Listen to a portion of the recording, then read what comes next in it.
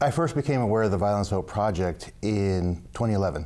That's when my university, University of North Carolina, Charlotte, started making preparations to bring the violins to our city, which we did in 2012. It was the first time the Violins of Hope had been anywhere in the Western Hemisphere. The Violins of Hope is a collection of instruments that were played by Jewish musicians in the concentration camps and ghettos during the Holocaust. And as we were preparing to bring the violins to our city, we kept hearing more and more about the stories behind these inspirational instruments. So I took a trip out to Israel and met with Amnon Weinstein. He's the Israeli violin maker who's been locating and restoring these instruments for the past 20 years. And I met with him and heard his story and saw the violins myself, and it was during that trip that I became inspired to write this book about Violins of Hope.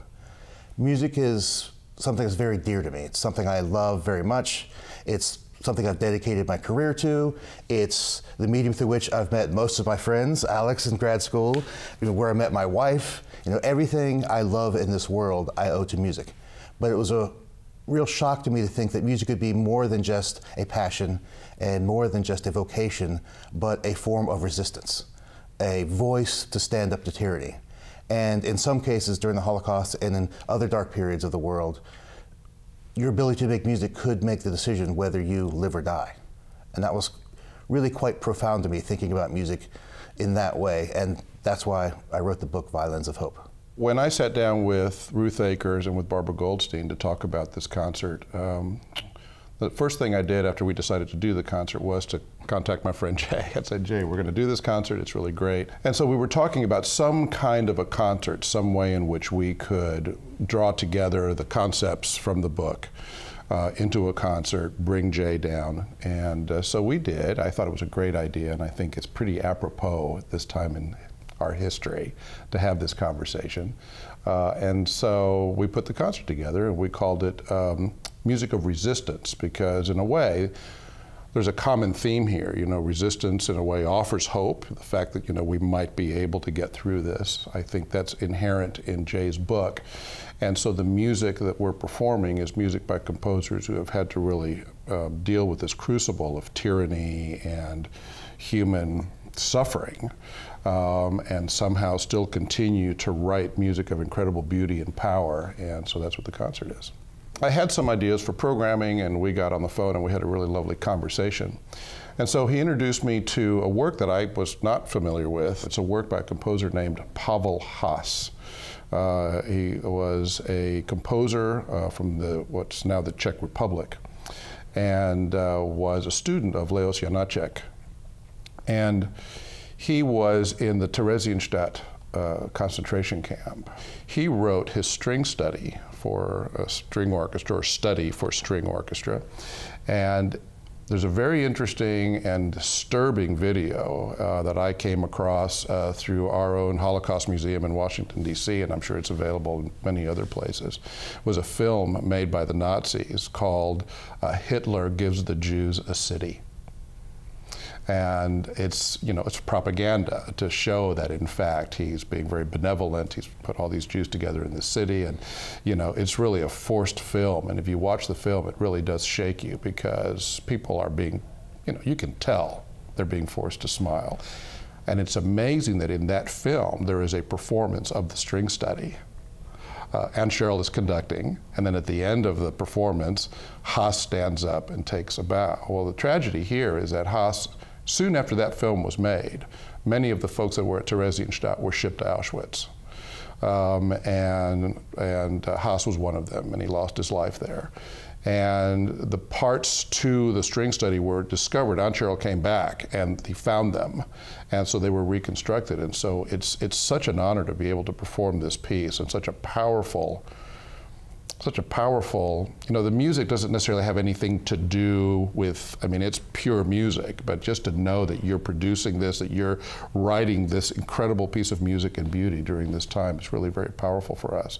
So we tried to balance the concert based on that. We're then doing a piece by Mieczysław Weinberg. He was a Polish composer, Jewish Polish composer, who had to leave Poland after the 1939 invasion. And kind of unlucky for him, ended up in Soviet Russia. Became a very good friend of Shostakovich, and we're doing his cello concerto with Greg Sauer, a very beautiful piece and very substantial piece of music.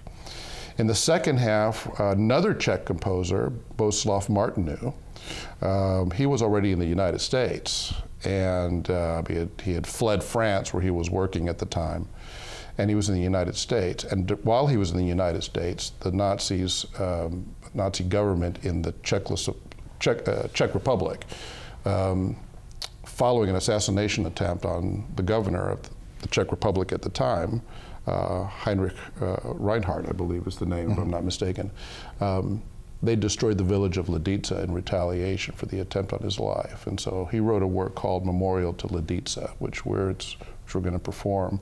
And then the final work on the program is Shostakovich Symphony No. 9. Shostakovich wrote this in 1945 after the end of the war. He was expected to write a magnificent Ninth Symphony along the order of Beethoven's Ninth Symphony. Stalin expected it. Choral forces and big orchestra, and a work that was just going to, really, bring to light the great power and success of the Soviet regime and of Stalin, and ultimately Shostakovich started it. He couldn't finish it. He just couldn't do it. He wrote instead a very satirical little piece of music which has got a lot of messages in it. And as one Soviet musicologist put it, or one Russian musicologist put it, this piece is basically Shostakovich's middle finger in his pocket. So it's a really wonderful program. And that to talk about resistance, that is such a courageous act, because he knew the consequences, the potential consequences of doing this. I think the message is that even in the darkest of times, music forms a sense of hope. So in my book, Violins of Hope, we talk about how, when people were forced to leave their homes and were only allowed to carry with them 50 kilograms of luggage, many of them brought along their violins. Yeah. And in the concentration camps, in the ghettos, when they knew they were being slowly killed, they held on to their violins, and that's what gave them hope.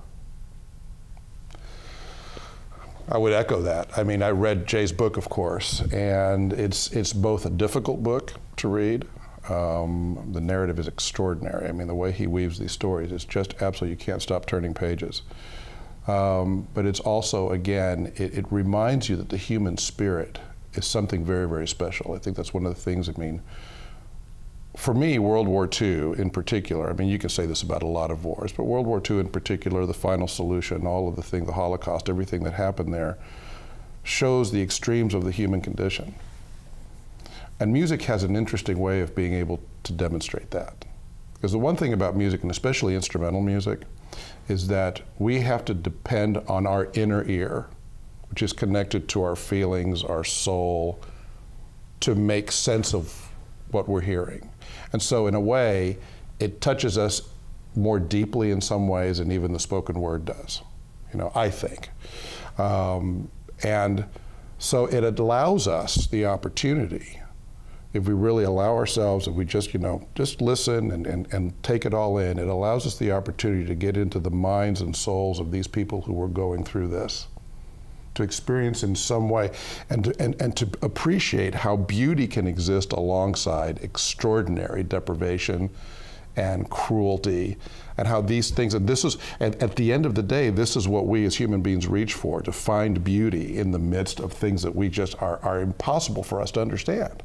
I mean, they're beyond our understanding. They're so horrible, and that's what these people did, and that, I think, is a triumph of the human spirit, and that's what I hope people will get out of this.